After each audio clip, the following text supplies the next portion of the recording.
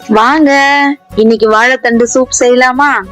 ஒரு வாழைத்தண்டை பொடியா நறுக்கி தண்ணியில போட்டுட்டு குக்கர்ல நறுக்கின வாழைத்தண்டு, சீரகம், மிளகு, மஞ்சள் பொடி, வாழைத்தண்டு வேகிற அளவுக்கு தண்ணி சேர்த்து 3 விசில் விட்டுட்டு பிரஷர் அடங்குனதும் வெந்த வாழைத்தண்டை தண்ணியை இருத்துட்டு ஆற வச்சு மிக்சி ஜார்ல போட்டு அடிச்சு வடிகட்டி எடுத்துக்கணும்.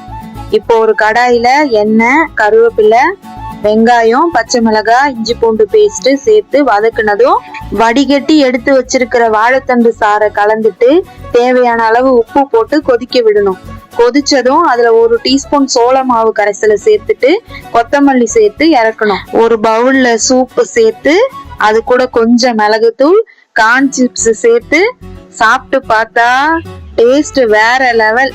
எப்படி இருக்கு இந்த ரெசிபி? உங்களுக்கு பிடிச்சிருக்கா? பிடிச்சிருந்தா லைக் பண்ணுங்க, மறக்காம நம்ம சேனலை சப்ஸ்கிரைப் பண்ணுங்க. நம்ம அடுத்த வீடியோல பார்க்கலாம். நன்றி.